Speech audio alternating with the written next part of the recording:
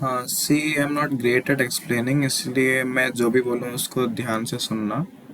और मैं थोड़ा डिटेल में बोलूँगा, इतना ज़्यादा क्रिस्प में नहीं बोलूँगा, क्योंकि हो सकता है मैं जो बोलूँ समझ में ना आए। आई am not a great explainer. So what ever it is, let's start. This is the complete design जो बना है। इसमें मल्टीपल सेक्शंस हैं। सो अगर हम बुक के हिसाब से जाएं तो उसको हम लेबल कर सकते हैं A B C and D ऐसे कंटिन्यूस करके, बट मैं स्टेप बाय स्टेप ऐसे ही समझा दूंगा।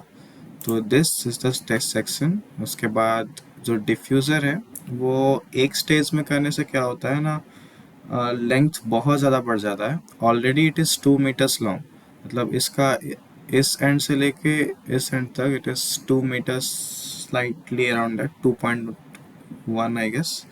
तो नहीं, 2.01 meters. So it is already too long. लेकिन अगर हम इससे ज़्यादा करते, लाइक एक एक बार में अगर डिफ्यूज़र रहता, not in multiple parts, then it would have been more longer. So इसीलिए ऐसा किया गया है 3 पार्ट में। और डिफ्यूज़र इतना लंबा ना करके छोटा क्यों नहीं किया गया, तो छोटा करेंगे डिफ्यूज़र को तो इट इज़ पॉसिबल लेंथ कम करेंगे, बट क्योंकि लेंथ कम हुआ बट एरिया रेशियो को मेंटेन करना है 8 करके, तो ये दिक्कत आता है कि एंगल बहुत ज़्यादा बढ़ जाता है अपना डिफ्यूज़र का एंगल बढ़ेगा तो दिक्कत ये है कि आ, अपना बाउंड्री लेयर सेपरेशन होता है ना फ्लूइड का, उसके कारण फ्लो सेपरेशन होने लगेगा वॉल्स में, which will cause a lot of swirls and wakes around the walls. और वॉल का वो कहाँ पे होगा ना, डिफ्यूज़र के स्टार्टिंग में ही हो जाएगा।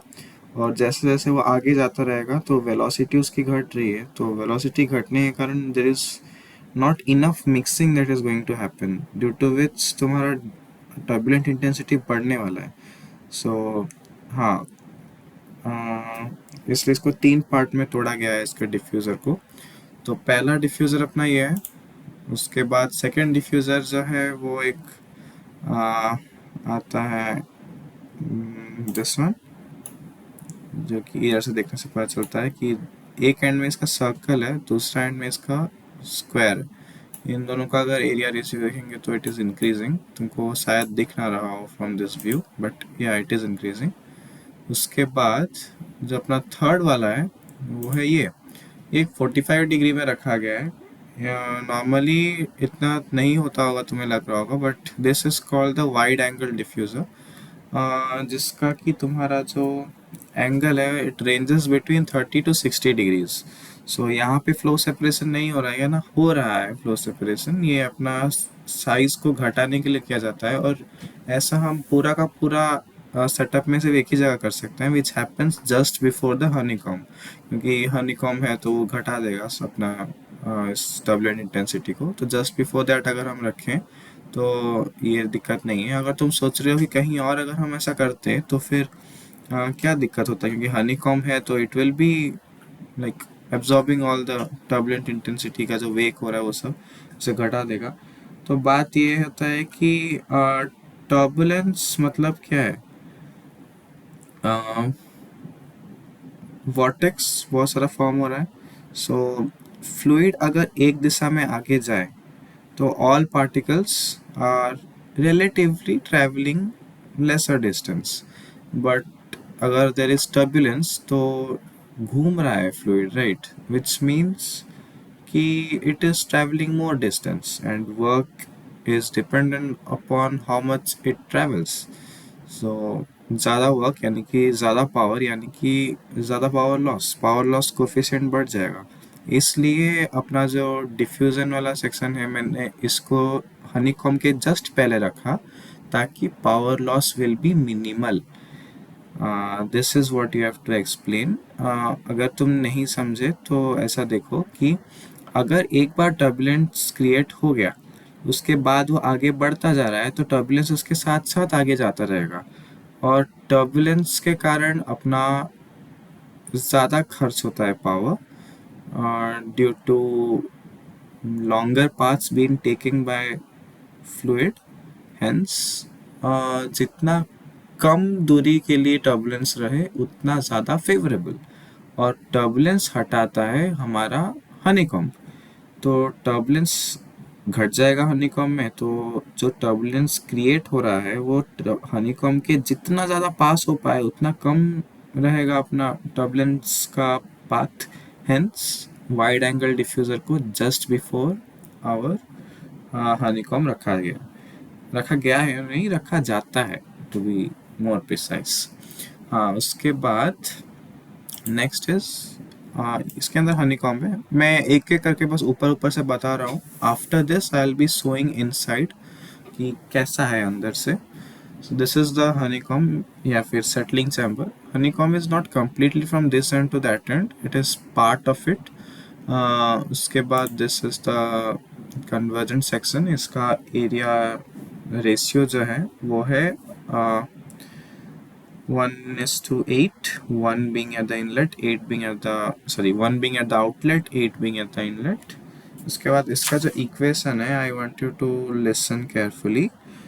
y of x equals 226.27 minus 146.27, bracket को स्टार्ट करो, 10 टाइम्स ब्रैकेट के अंदर x by 565 cube minus 15 times bracket के अंदर x by 565 to the power 4 plus 6 times bracket के अंदर x by 565 to the power 5.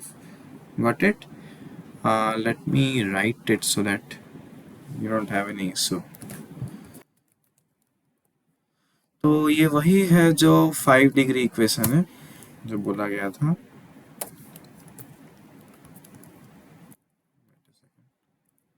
मेरा कीबोर्ड का एक्स खराब हो रहा है।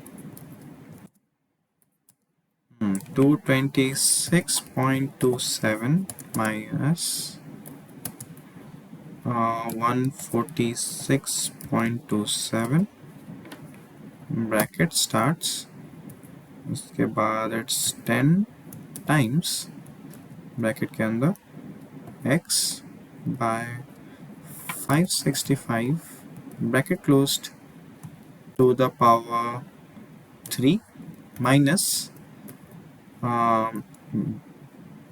15 टाइम्स ब्रैकेट के अंदर x by 565 bracket closed to the power 4, उसके बाद the last term is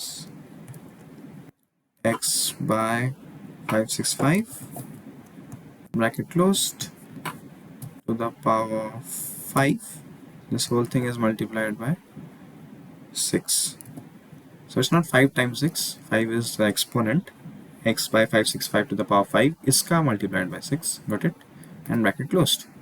So this is the equation. I'll copy it and send it to you in WhatsApp. हाँ, so इसको मैंने प्लॉट किया है from here to here, ये वाला जो लाइन है, एंड उसके बाद इसको लॉफ्ट किया गया है। नेक्स्ट डिफ्यूज़र हो गया 1 2 3 4, ये सब है हमारे एल्बोज। सो एल्बो के अंदर फ्लो सेपरेशन होना बहुत ज़्यादा पॉसिबल है, इसके लिए इसके अंदर वेन्स को बनाया गया है। वेन्स जो बनाया गया है उसमें एक चीज़ मैं बोलना चाहूँगा कि वेन्स का जो शुरुआत वाला जो पार्ट है, मतलब the thing that is first hit by the fluid, so जो अभी दिखाया जा रहा है इस सेक्शन में लेफ्ट टू राइट फ्लो हो रहा है। Got it? सो इस एल्बो का टॉप टू बॉटम फ्लो हो रहा होगा। जो टॉप वाला पोर्शन है जहाँ पे हिट करेगा हवा वेन्स को एग्जैक्टली एट दैट पॉइंट, वो कोई नाक का एरोफॉइल होने की कोई ज़रूरत नहीं पड़ती। It just has to be a circular path, मतलब not exactly a semi circle but somewhat rounded, क्योंकि इसका मैंने बुक में देखा है कि the effect is very minimal on how it is actually shaped. So इसीलिए उसको कोई नाक का एरोफॉइल या फिर कोई भी जनरल एरोफॉइल नहीं किया गया है। It is a rounded shape, and roundness जो है वो जितना ज़्यादा एलोंगेटेड रहेगा इट इज़ बेटर। और बहुत ज़्यादा एलोंगेटेड होने की ज़रूरत नहीं है due to a effect called as Coanda effect. Coanda effect का मतलब ये है कि whenever fluid travels through a curved surface it tends to stick to it. मतलब अगर एक ग्लास के चारों तरफ हवा जा रहा है तो हवा चाहेगा कि मैं ग्लास को चिपका रहा हूँ, क्योंकि ग्लास सर्कुलर है, या फिर कोई भी बेंड है तो वो चिपका लाने की कोशिश करता है। इसलिए ज़्यादा लंबा करने की भी ज़रूरत नहीं है। मैं इसको अंदर काट के दिखाऊंगा कि कैसा है। और ये वाला जो है ये सिर्फ लेग्स है, मतलब they are not much of a deal. अगर तुम चाहो तो इसको सॉर्ट इन कर सकते हो। This are just that. इसके बाद जो है वो थोड़ा सा स्ट्रेट फ्लो विदाउट एनी, क्या बोलते हैं,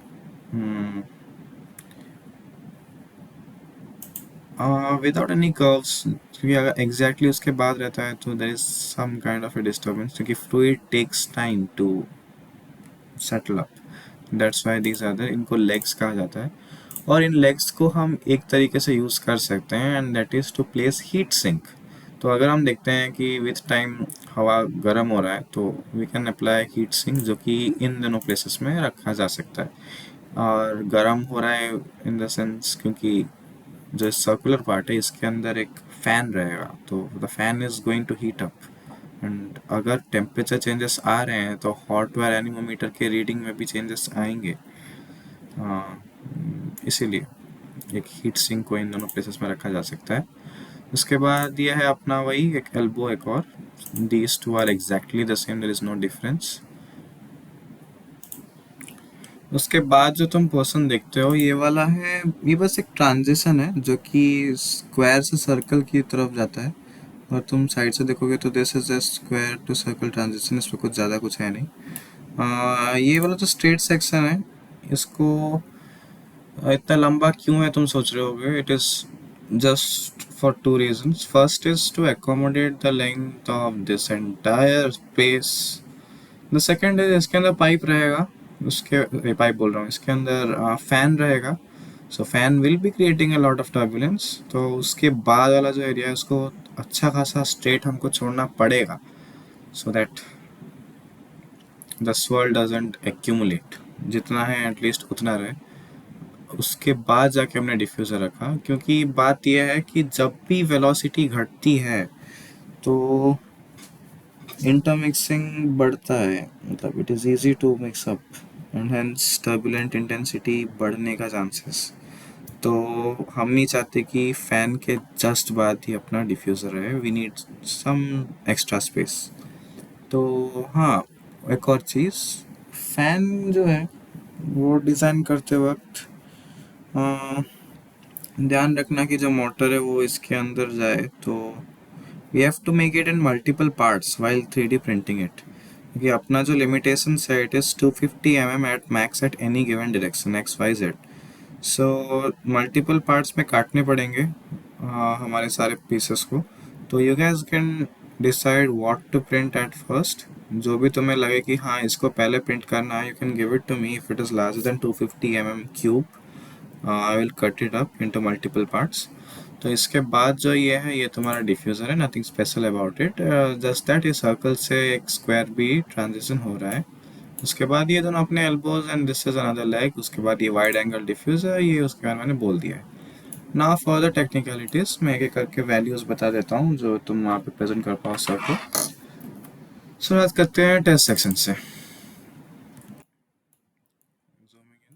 यहाँ पे देखो कुछ खास है नहीं, it's just a rectangular thing that is called a test section. तुम इसको होल करके we can make it of acrylic ताकि ट्रांसपेरेंट रहे। हाँ, तो इसके डायमेंशंस कुछ ऐसे हैं। रुको, let me open it in a different one.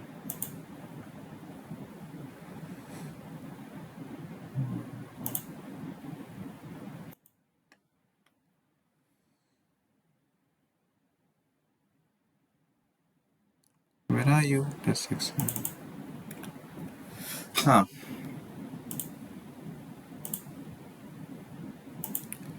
Inlet is 16 centimetres 160 mm। Sorry, inlet बोल रहा हूँ, टेस्ट सेक्शन का साइज जो भी हो, बट इसको स्क्वायर रखा गया है मैंने सर को कहा था कि ये 3:4 वाला rectangle is better, but he didn't listen. उन्होंने कहा कि नहीं, स्क्वायर ही रहेगा। तो ठीक है, स्क्वायर का 160 जो रखा गया है वो भी डिसाइड किया गया था एग्ज़ाम से पहले, तो nothing must to discuss on it. और हाँ, इसका जो एजेस है ना, इसको से स्लॉट जैसा बाहर निकला है, यहाँ भी स्लॉट जैसा बाहर निकला है, तुम देख रहे हो ये क्यों है। तो इसको ऐसा इसलिए बनाओ क्योंकि 3D प्रिंट करने के बाद बस तुम एक दूसरे के अंदर घुसा दो, वो घुस जाएगा, and just glue it if you want to, easy to assemble, इसलिए ऐसा मैंने पार्ट्स निकाले हैं। उसके बाद ये है अपना, इसके अगर तुम देखोगे तो 1:8 जो एरिया रेशियो है, मैं वो दिखाता हूँ। एग्जैक्ट वैल्यूज़ एक जगह लिख लेना, वो बताने में आसान रहेगा सर को। तो ये अपना इनलेट है, इसका तो जानने की ज़रूरत नहीं, इट इज़ 160 क्योंकि टेस्ट सेक्शन के बाद ही लगाया, टेस्ट सेक्शन ही सेम ही है। Now inspect measure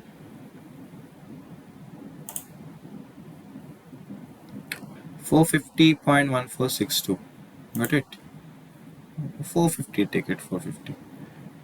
it is not 450 exactly, ये आगे जाएगा ना।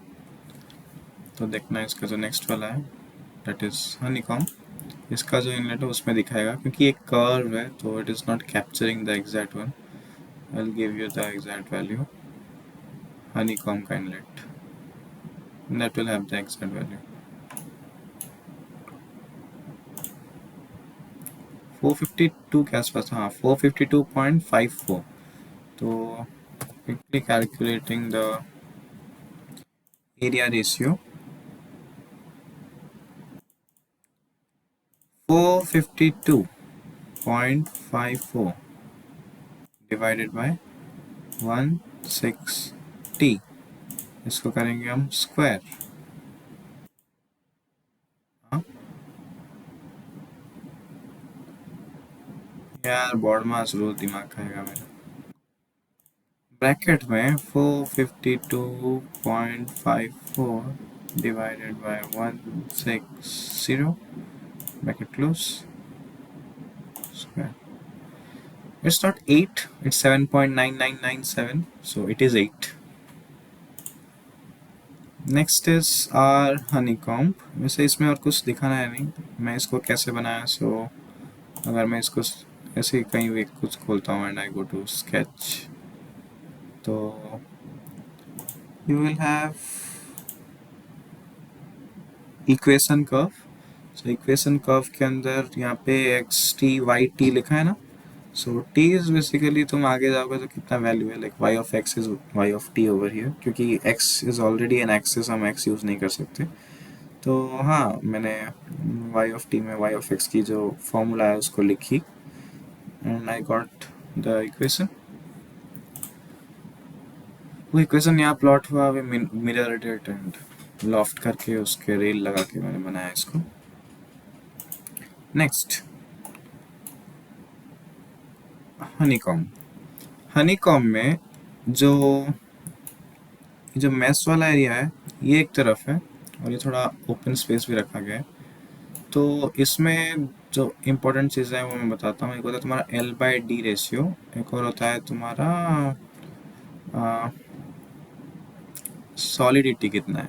तो सॉलिडिटी इज कि ये जो पूरा है ना, it is not completely empty space, right. There are solid lines over here which take up space, और to be more precise it waste some amount of space. तो हाँ, कितना अमाउंट वेस्ट हो रहा है, तो इसका अराउंड 12% आता है। वो कैसे कैलकुलेट करोगे ना, जो area occupied by this white spaces divided by area occupied by the entire space. तो कितने वैल्यूज आए थे, एक जगह पे लिख लो, ठीक है। जो टोटल एरिया है तुम्हारा, that comes out to be 204,792.45 square, millimeter square. उसके बाद जो तुम्हारा वाइट वाला एरिया है, that came out to be 24876.1747। If you take out the ratio of solidity, that comes out to be 876.1747. I'm not taking the last two. 204792. 204792.45। ये exact नहीं है, 4 decimal तक वैल्यू देता है, बट मैंने 2 ही लिखा।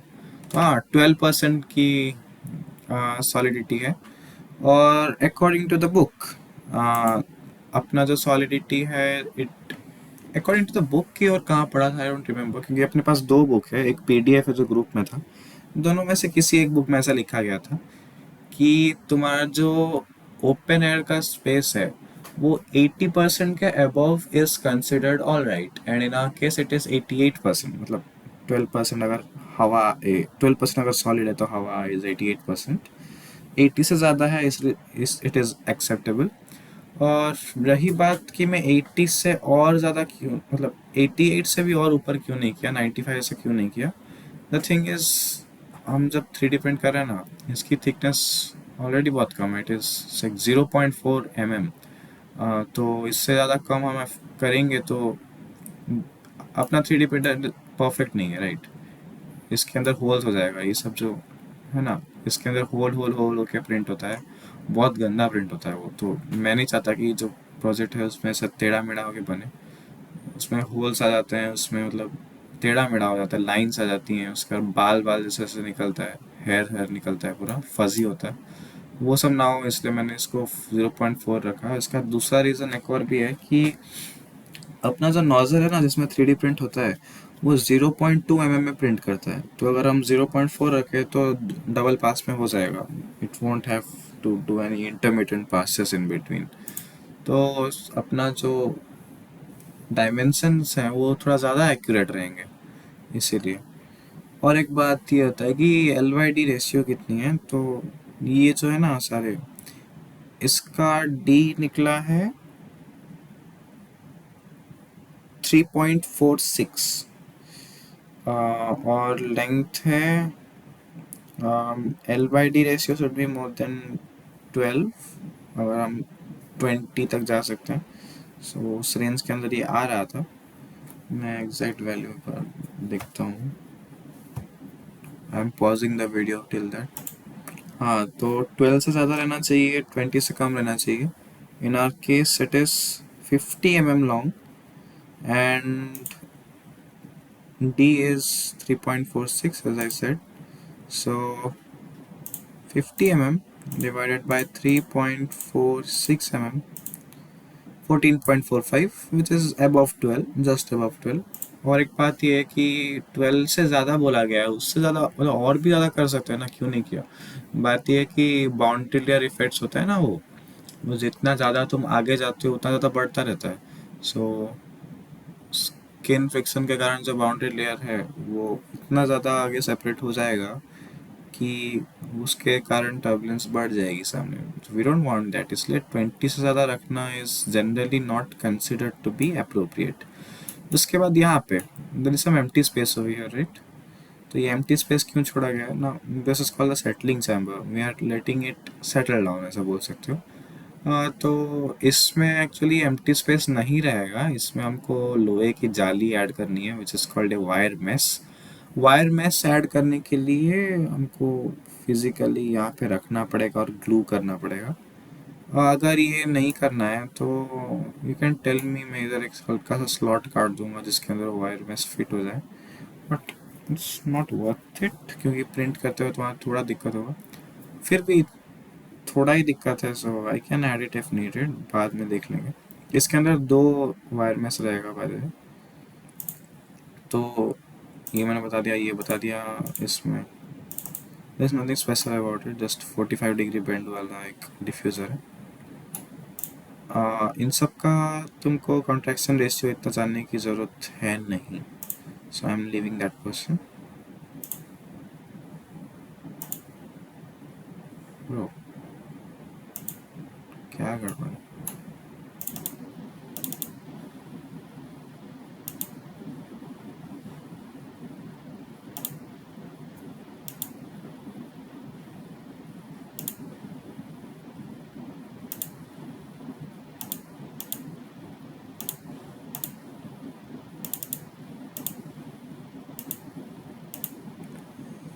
Something went wrong.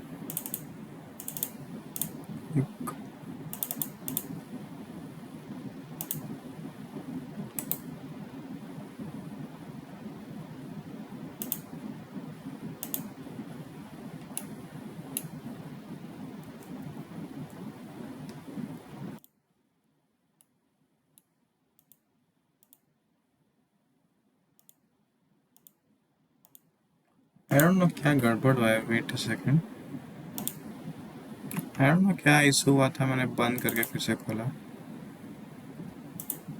अब ठीक है. हाँ, तो ये बता दिया. Nothing special. ये बताता हूँ, ये थोड़ा जानना है. तो हाँ, ये मैंने रेड कलर क्यों किया, आई डोंट नो. छोड़. तो एंट्री है वो इधर है. और मैंने जैसे कहा था कि एक बार कुछ टर्न बैंड या फिर जो भी हो, तो अगर किसी भी कारण अगर हमारा चेंजेस आया है ज्योमेट्री में, तो उसके कारण आया अपना टर्बुलेंट इंटेंसिटी बढ़ गया, तो वो घटाने के लिए there is some amount of straight section to be left, जो कि यहाँ पे देखा गया है, मतलब सेटलिंग चैम्बर में. तो हे वेट. हाँ, तो यहाँ पे अपना डिफ्यूज़र है. डिफ्यूज़र के कारण बहुत नौटंकी हुआ, टर्बुलेंट इंटेंसिटी बढ़ गई, इसलिए थोड़ा सा एम्प्टी स्पेस छोड़ा गया, दैट इज सेटलिंग चैम्बर. उसके बाद जाके हनीकॉम्ब आता है.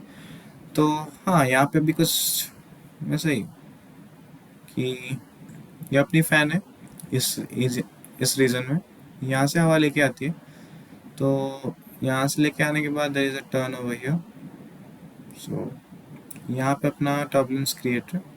We are leaving out some space over here.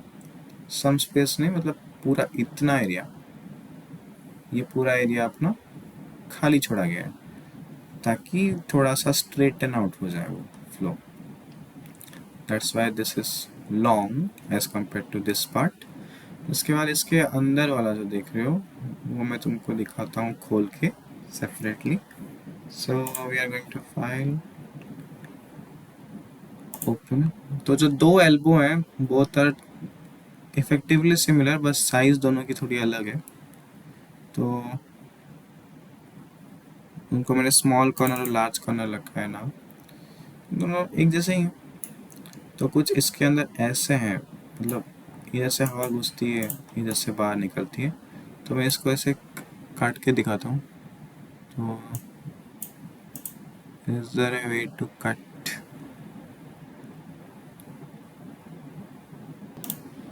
I go inspect section.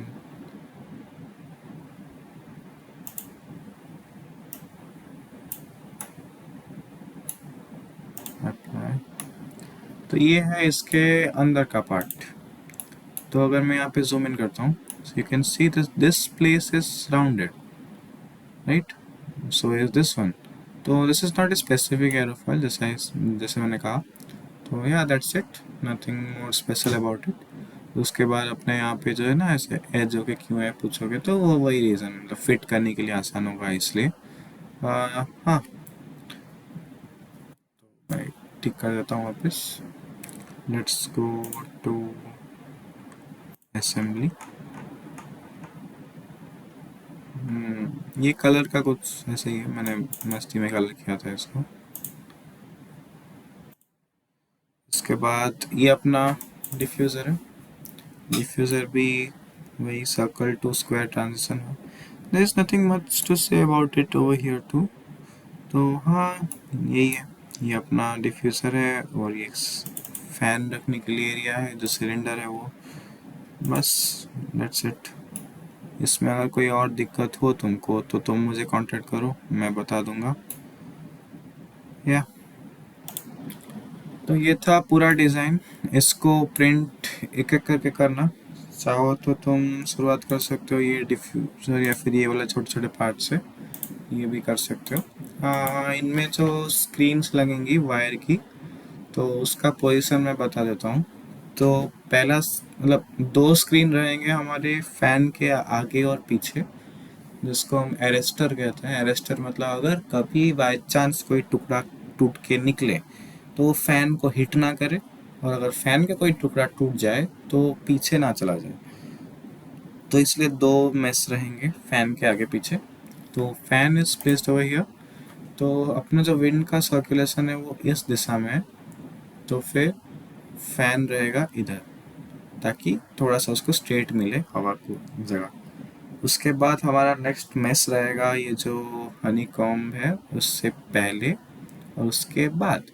तो हनी कॉम्ब ख़त्म हो रहा है उसके जस्ट बाद एक दे देंगे। तो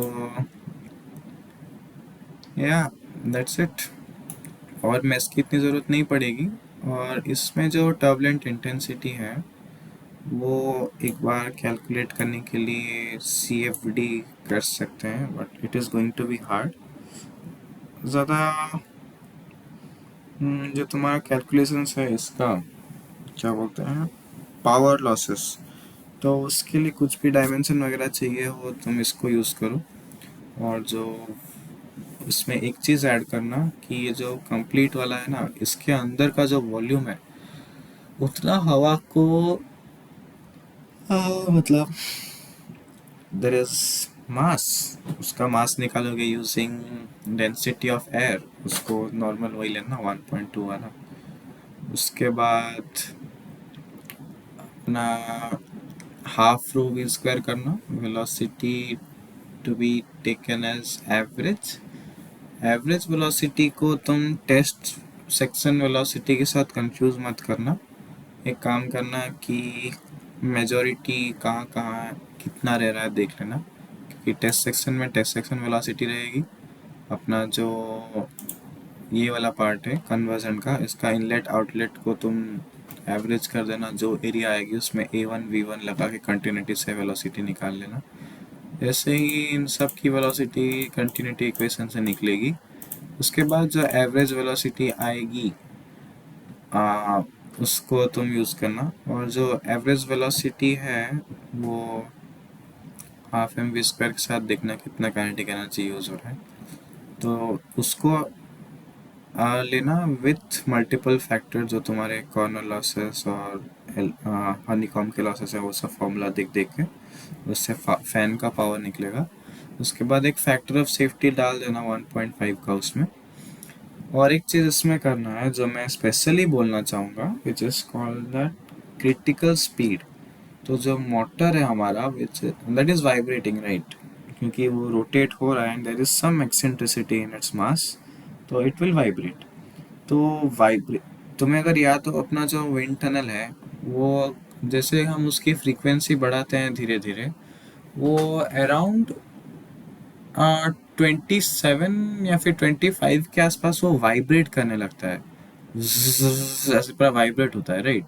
क्यों होता है? क्योंकि उसकी जो मॉडल फ्रीक्वेंसी है वो मैच, मतलब जो नेचुरल फ्रीक्वेंसी है उससे मैच हो गया अपना फैन का।